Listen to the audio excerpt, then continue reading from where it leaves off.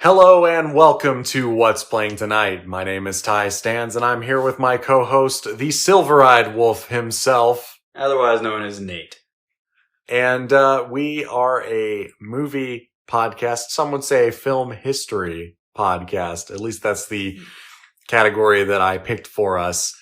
And what we do on this show is one of us will pick a movie and the other person cannot say no. We watch the movie together and then we talk about it. Yes. And nitpick along the way. But before we get into that, how are you doing, buddy? Doing pretty good. Feel a little judged on certain things. Why are you feeling judged? Because I watched Morbius and I'm told that it's not good. The Morbius? Sony Pictures, Sony's Cinematic Universe of Spider-Man Morbius? Yeah. That Morbius. And you were told that it is not good. Yes, by a lot of people. But I found that I enjoyed it. Would you say that you loved it? No. I would not. Okay, fair enough. Now you're feeling very sensitive about this. We tried to watch this movie, not Morbius, the movie that we're about to talk about today. Which happened to be called The Bat. Which brought forth feelings of judgment and, I don't know, hurt feelings about Morbius. And talk to me about that a little bit. Yeah. Just feel like you shouldn't probably judge things until you've given them a chance. Even a little chance. Mm-hmm. Yeah. Yeah. Yeah. Okay, all right. Well, that's your review for Morbius. I was supposed to review. I thought you were talking about my feelings towards being judged. Oh, well, that's been your review for your feelings being judged. Yeah. Morbius was good. All right. I don't believe you, but that's fine. Besides Morbius, what else have you been watching this week? Let's see here. I watched... I didn't watch Adam Pride. I was going to. Oh, yeah. I keep forgetting about that. Yeah. I've finished watching the pirate movies with my folks again. Oh, the Pirates of the Caribbean. Yeah. Johnny Depp. And my original estimate or my original appreciation for them was about right. Yeah. The last one was not as good. Dead Man Tell No Tales? Yes. All right. Yeah. I've only seen that one once. Yeah. This would be my second time watching it, and I stand by me thinking it's the weakest of all of them. Right. I think I agree with you on that, actually. But yeah. Like I said, I haven't watched them all concurrently not concurrently, but sequentially. Yeah. I haven't done a Pirates marathon in a long time. And in fact, I've only seen Dead Man Tell No Tales once. I remember not being super impressed with it. Yeah. I couldn't quite place my finger on it the first time I watched it as to why I felt it was weaker. This time I definitely do. And I kind of get why, it almost feels story-wise they wanted it to be the weakest. Because it seemed like the whole point of the movie is that Jack Sparrow is kind of having a down thing. He's not really being Jack Sparrow. And that's why it's the weakest. He's not the fun-loving Jack Sparrow we know and love. Yeah, he's kind of mediocre. Yeah.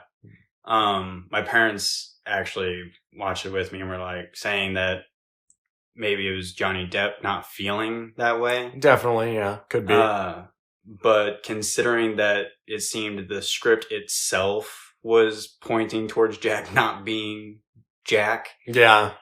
Maybe the writers were kind of tired of Jack themselves. Yeah. If I remember correctly, there's a stinger at the end of the movie that implies Davy Jones might be coming back. Yeah. That there always must be a captain for the Dutchman. Right. Which is interesting if you've gotten rid of all the curses and Will's no longer bound to the Dutchman, but Davy Jones is dead. Not sure how he's back. But then again, weirder things have happened in that series. That's true. And I think they might be planning on rebooting the whole thing anyway, so... Yeah, I read somewhere about like Margot Robbie possibly stepping in. Mm-hmm. I'm not entirely sure what role she'd be playing. Jack Sparrow. Okay, it's interesting. No, I don't know.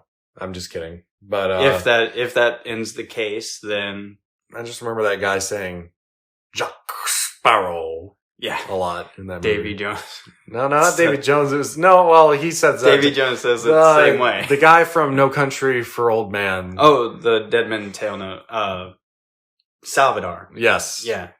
Yes. He said Jack in a very peculiar way. Well, I think he's Spanish, so. But he's every other, like, I understood everything else, but Jack, he put a Sparrow. He went real guttural. It's just how strongly he felt. He hates about Jack. hating Jack Sparrow. And I will say, as weak as that film is, I would say Salvador is probably the most threatening villain of all the movies, because he doesn't care about anything but killing Jack. Yeah. So if he comes across a pirate crew, he has no qualms about slaughtering them.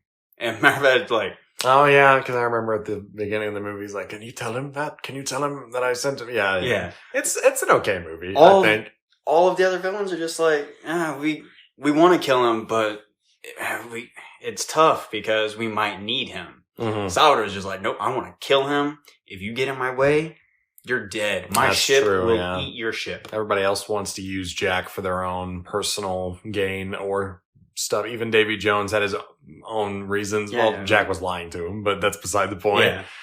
Yeah. And he just kind of wanted him to suffer under his helm. Mm-hmm. But yeah, we just finished watching them. We were about to start the Mummy franchise. Oh, yeah.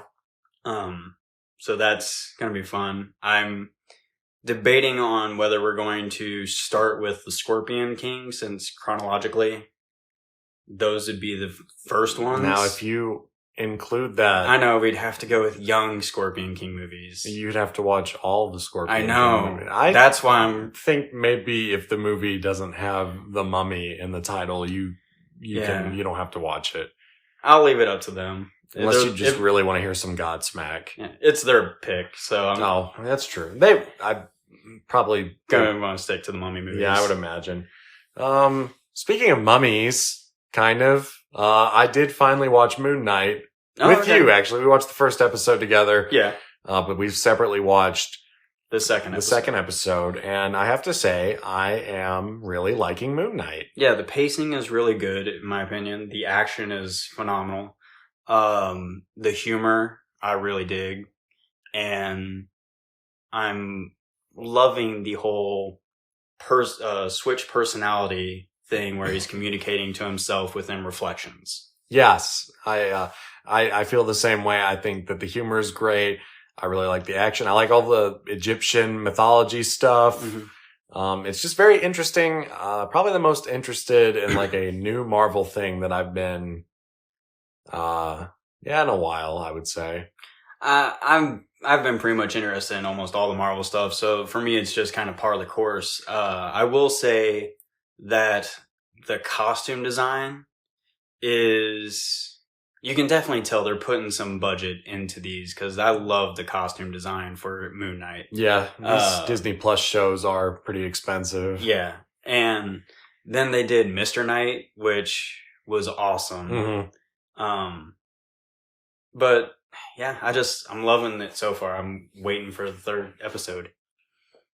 Yeah, was that Wednesday? I guess. I think each Wednesday is the new releases. I'm excited for that too. I would go to bat for Moon Knight. Speaking of going to bat for something, how dare you? How dare you? I worked so hard on setting that up, and okay, all right. Speaking of going to bat for somebody. The movie we watched this week was The Bat. It is a 1959 American crime mystery thriller starring Vincent Price and Agnes Moorehead. It is actually the fourth film adaptation of the story, which began as a 1908 novel, The Circular Staircase, by Mary Roberts Reinhardt, which she later adapted with Avery Hopwood into the 1920 play the Bat? You know, just from now knowing that, I don't remember a single circular staircase in that film. But you do remember there being a bat. Yes, I do. There was one bat. There maybe was two. a toy bat and a real bat. There was a toy bat and a real bat. Sorry, I was having a stroke. This bat was distributed in 1959 on a double bill with, speaking of which, a British Hammer film, The Mummy. Oh, okay. This movie is now available in the public domain, which means that you can watch it literally anywhere. Yes, we happened to watch it on YouTube. Yes, someone had just uploaded it to YouTube, but you can watch it on Tubi, Amazon Prime. That's the only other two I can think of right now. Yeah.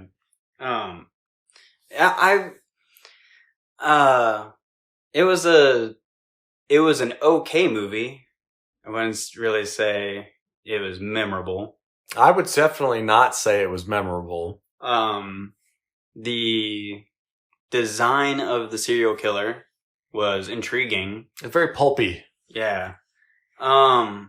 It felt, I mean, obviously this is before the modern day horror characters. Yeah. But it definitely gave off the feel of like a Slender Man, Freddy Krueger vibe. It's true. Because the bat, in the movie, the bat is a serial killer who calls himself the Bat and also brings bats with him to places.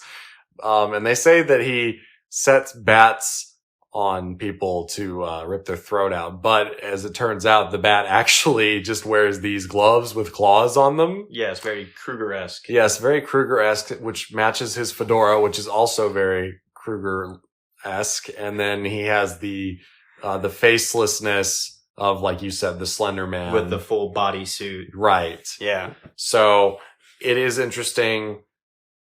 I can only imagine that I definitely could see Wes Craven watching this movie.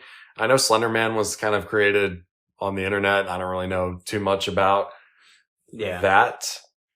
This movie was directed and written by a guy named Crane Wilbur.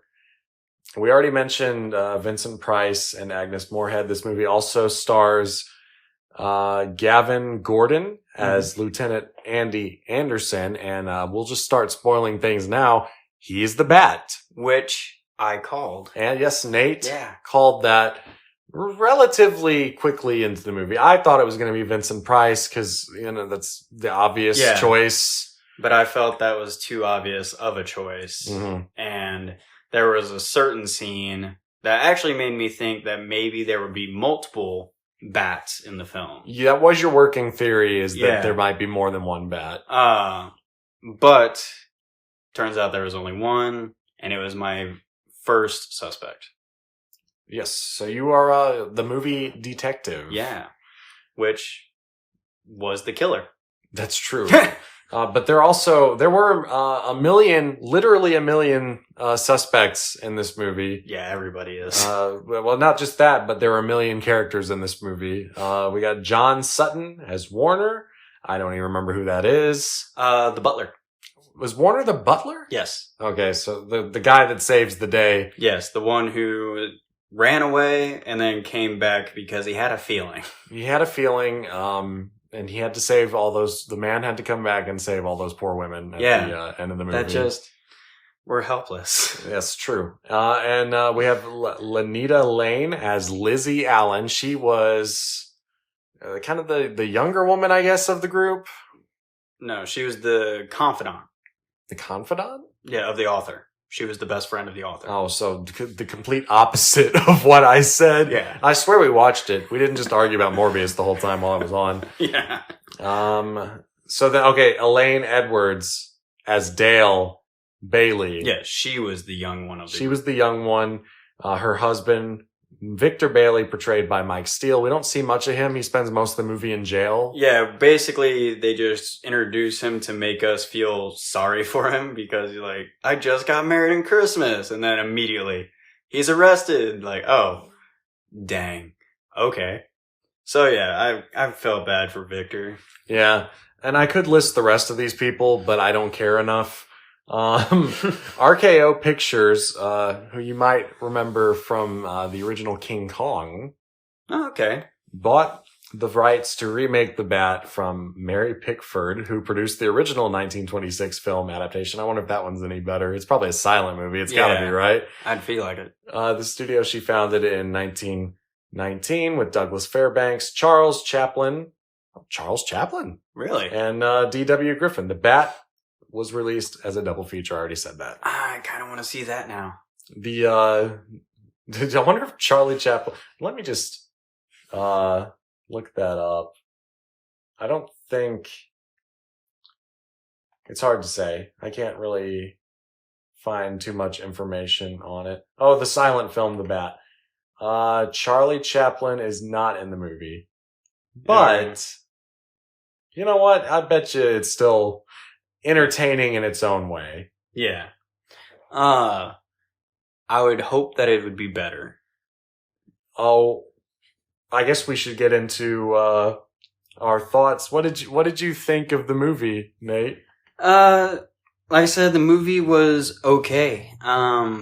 Just okay. Yeah. Like it was bare minimum okay.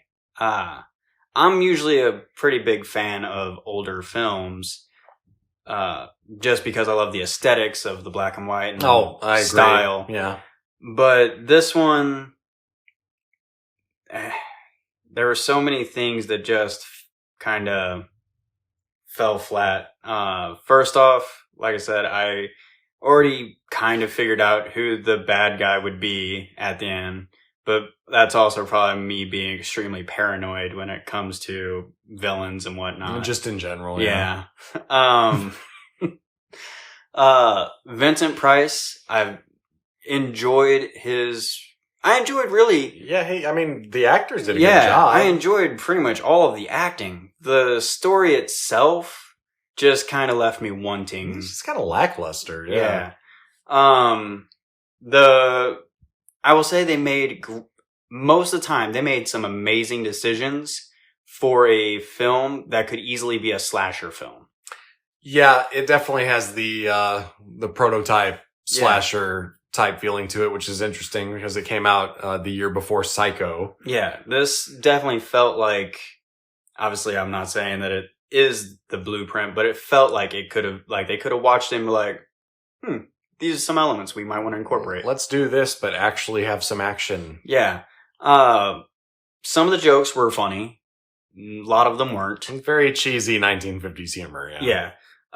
They're probably the reason it's considered cheesy and corny to this day. Other than that, I can't really think of much else for it. I did like the costume. Yeah, the costume was fun. It definitely gave off the, like, if I was going to be afraid of something, that would probably creep me out if I saw that now. Yeah. But in the context of the movie, it didn't really pull off fear. Yeah, that's about it for me. Yeah. What about you? I think the movie was okay also. It kind of sucked a little bit. I think the movie, the pacing is its biggest problem. Because even though this movie is only 80 minutes long, it sure felt like we watched a 3-hour movie. Yes. And granted, we did take some breaks to debate. To argue about Morbius, yes. Yeah. It's still, the debate actually felt kind of like it was better. The debate was better than the movie. Yeah. I'm with you though. I think that the acting was fine. I think everybody did a good job. Vincent Price was Vincent Price. Yeah.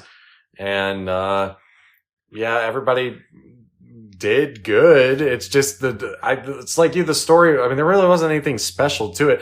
The fact that they set up the whole bat thing at the beginning of the movie, they do it once. Yeah. And I'm not, other than like him having bats that he uses for his bidding somehow. Right.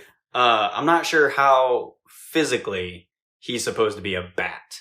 Because I don't think bats have like super sharp claws. I don't know. He doesn't really have wings. He's just a dark figure with gloves on. So I'm not... I guess maybe he does kill his victims by ripping out their throat with his claws. I guess that's what bats do? I guess. Like vampires bite people's necks? I don't know. Yeah. If another thing, this could be a time or a little bit for the era that the movie came out, but we see him kill at least 2 people by grabbing them by the neck. Well, one we see him grab her by the neck. The other one we see him kind of karate chop him. Yeah, he karate chopped the guy's throat. Yeah. Neither one of them really had any coloration on their white clothing around their neck. True. To indicate he ripped their throats out. So I would have at least expected a little bit of like maybe darkening, just dye on the clothing to make it look like some kind of blood. The one instance of blood that I can remember in this movie is when Vincent Price's character gets into a car accident, which sounds like bullshit when he shows up at the mansion. Yeah, it's like, I got into an accident. The movie really does like want you to think Vincent Price is the bad guy. Yes. Because everything he does is just super suspicious. And which kind of is the reason why I didn't think he was it. Because it felt like they were leading me to it. It would be Vincent Price, you know what I mean? But like, no, there's the police chief, I guess. That's what he was? Yeah, he was the lead detective of the detective department. Right. Okay, so he's the head detective. Yeah. And yeah, like, I'll grant everything Vincent Price says just because it's his voice. Like, it sounds suspicious. There's literally a scene where he's just like, have a good night. And it sounds super threatening. Don't get hurt. Yeah. And he's just wishing the guy, like, hope you don't get hurt. Watch the women like you're supposed to, man. Do a good job. And he's just like... But why you gotta say it like that, though? Yeah. Why is he... Don't get hurt, detective. Like, he knows the guy's supposed to be there watching them. But when he returns, he's like, I figured I'd find you here. Like, well, yeah, he said he was gonna be there. Why wouldn't you figure that? Why'd you say this, Vincent Price? So...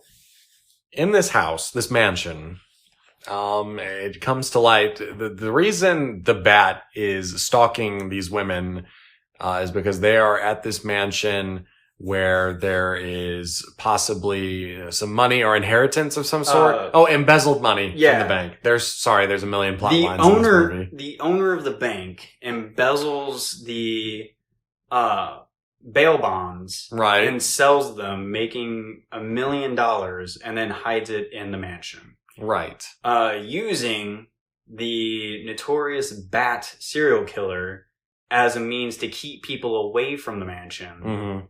And then he immediately dies in like the first 10 minutes of the movie. Yes, Vincent Price totally murdered that guy. Yeah. Well, to be fair, Vincent Price did just get threatened by said guy. I know. And the said guy did just plot to ruin, like, 3 lives and kill 2. You know, though, the fact that Vincent Price knew about the money, killed the banker guy, and then he started, like, creeping around the mansion. I'm not gonna say that he was, like, a heroic character. No, he was not. Like, I think the only heroic character would be... the butler? Well, not even the women. Yeah. The women mainly, because the women, they were brave. They did smart things throughout the whole movie. They stood up for each other. They're like, oh, I need to go check this. Not alone you won't. I'll go with you, which ultimately does end up getting one of them killed. But they stick by each other.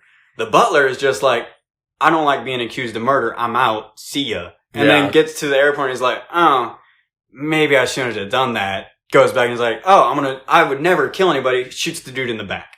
I will say, for 1959, I think that, as far as, like, feminist depictions go, I really think they did a pretty good job with the women in this movie. Cause like you said, they're all intelligent. They make logical decisions. And because, with this being so similar to slashers already, this is not something, that's not something you would see in slashers. They definitely don't fit the last girl trope. No, they can't. There's like 4 last girls because they're all smart enough to stay alive. Yeah, they're all sticking together, staying 2 to a room, sometimes all 4 to a room. I mean, the main actress, Agnes Moorehead, she's playing an author. Of murder thrillers novels. So she knows what's going on, kind of. Yeah. Her attendant seems to have complete brass balls because every time something scary happens, she's just like, "Oh, it's the house creaking. Don't worry about it. Oh, it's the door slamming. Don't worry about it. Oh, something fell. We need to go check that out together." Right. Exactly. They make it was a little refreshing that they weren't idiots. Yeah. The men are kind of stupid in this movie, though. Yeah, like killing each other, double crossing each other. I will say now that it's confirmed that the lieutenant was the killer. Yeah. The fact that he's like, "Oh yeah, I'll watch you guys by myself in a mansion from basement to top." Like, one man should not be watching an entire mansion for a killer. Yeah, this is a big house. Yeah. So the fact that he's like that, kind of suspicious in my opinion. But now it makes sense because he was the killer, yeah.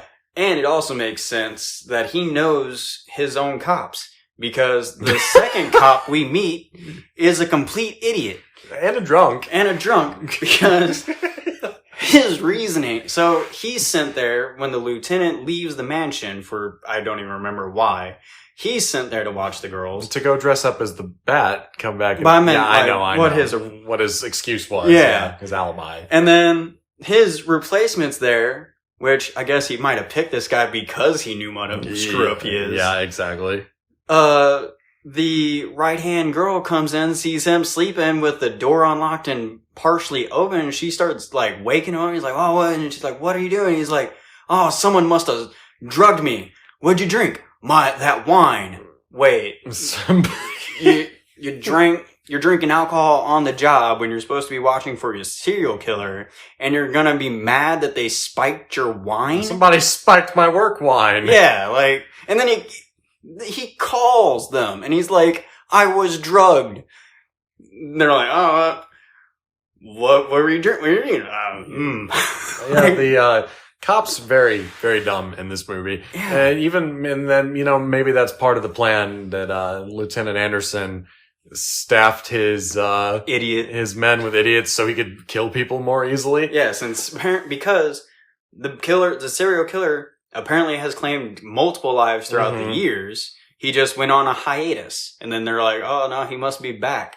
So yeah, it's an interesting. I do kind of like the interesting element of history to this world they've created. Yeah, that the Bat is a killer that has existed for a long time, and I guess it was Anderson the whole time, and he stopped, but then he found out about some money, and he was like, "Well, I'll just put my Bat costume back on and get back to it." Like, time to get out of retirement so I can get retirement. Exactly. I make it as a cop. I make 25 cents an hour. Yeah. In the 50s. I don't know. I believe it. $1 million is still $1 million, even in our time. $1 million is $1 million. Yeah. But yeah, I will say the casualness of the bank owner when he's talking to Vincent Price about how he's just going to ruin all these people's lives. Yeah. I'm like, man, this guy is cold. I could see him being the Bat. He's a psycho. Yeah, I actually thought Vincent Price's reaction was pretty casual too, but he might have been just trying to play cool. He might have been like, I don't want to set this guy off. Exactly. But yeah, the guy was just like, what would you say if I told you I stole $1 million? Well, I've known you a long time. I'm going to believe you. Well, I did. Okay. This is a Wendy's. Yeah. I know. Yeah. So, with this mansion, yes, we get some fun little things because this mansion has all sorts of secret passages and doors and compartments and whatnot. I will say, if I were to ever be able to build my own home or have my home built, secret passages and secret chambers I would love to have that. What would you even do with that? Just nothing really. You just want them to be there? Just having them there. I just love the idea of having secret passages and stuff. Same with, like, I would love to have an armory. I don't shoot guns, but I'd love to have an armory. Makes no sense. Maybe you're a serial killer. Maybe. Who knows? Anyway, I did have a previous boss who accused me of it, but that's either near or there. Oh, no, that's really neither here nor there, but you'll have to tell me about that off the show sometime. This movie, I would give it a 4 out of 10. What do you think that Rotten Tomatoes looks like? Critics or audience? I don't know that enough people have watched this movie for it to even have a audience score. All right, critic, I would say probably. Well, it's Vincent Price, so they probably ranked it up pretty high. I'm gonna say in the high 50s or 60s, low 60s. It does have an audience score. Oh, it does. What do you think the audience score is? Audience score, I'd say probably high 20s, low 30s. The critic score, based on only 5 reviews, though, is 20%. Okay. Yeah. And the audience score, based off of 2,500 ratings, 47%. Okay, it's a little higher than I would have rated it, but, well, I gave it a 4 out of 10, so that is exactly where I would rate it. Yeah. Yeah. I can't see. The Bat is generally a pleasurably mystery cheapie, though with a narrative that seems to cut corners and conveniently withhold information for its Bat resolution. Okay. Fair enough. I could agree with that. It is something I could easily see myself putting on in the background if I'm going to be playing a grindy game. Yeah, okay. Like, if I'm not needing to pay attention to the plot or anything and just whatever, just have some kind of noise in the background, I'd probably put this on. Someone in 2003 said, this is a botched version of the famous play. Stick with the 1926 and 1930 versions. There are a lot of versions of this movie. Apparently. I wonder if they have any circular stairs on them. That's a good question. To be fair, they didn't say in the movie that they had circular stairs. I'm just off since it was based off of it. You know what? Okay, so here's like an example of an audience review. Okay. 2 stars out of 5. All right. Despite having top billing, Vincent Price is only in the movie for a few scenes. In a way, anybody could have played Price's part. Price is good in the few moments he is in the movie, but most of the film rests on Agnes Moorehead's shoulders. Unfortunately, Moorehead chews up the scenery and her performance tends to be as erratic as the film's tone. This campy dark mansion whodunit comes off as terribly uneven and uninspired. The comedic moments are too cheesy and forced to be funny. Plus, the mystery is drawn out too much, especially considering how few suspects there were. The cinematography is also very static, giving a very bland TV movie feel to the production. This is a bland mystery movie that is only remembered for featuring Vincent Price. I agree and disagree. I agree with some parts of that. Yeah. It feeling like a bland TV movie, I don't agree. That's the era. Like, it felt like a movie from that era. So I'm not entirely sure what they expected from it. No, I think there are probably better looking movies from that era, but I don't know. Yeah, but I guess the TV to movie things that I'm thinking of don't usually have. I guess they didn't have very many grand scenery moments, did they? No. It was mainly in the mansion. It was mainly in the mansion and the bank and the doctor's office. I could kind of see. I could kind of see that criticism. And to me, it kind of just looks like these people wanted to have a party in a mansion and then they filmed a movie. Yeah, I disagree with anybody could have played Vincent Price's part because Vincent Price, the way he talks and everything, kind of is what this part needed. Yeah. Because he needed to sound suspicious. Yeah. And that is Vincent Price. His voice is suspicious and creepy and ominous. Cool, but perfect for this role. I also don't exactly agree with the erratic behavior of... No, I don't agree with that at all. Yeah, because she seemed to play the part pretty well of a author that's just curious about everything. I never felt like she was out of character from what they set up at the beginning of the movie. She started the character and ended the character at the end of the film. Like, that part, I don't agree with. And also the campiness nature. I mean...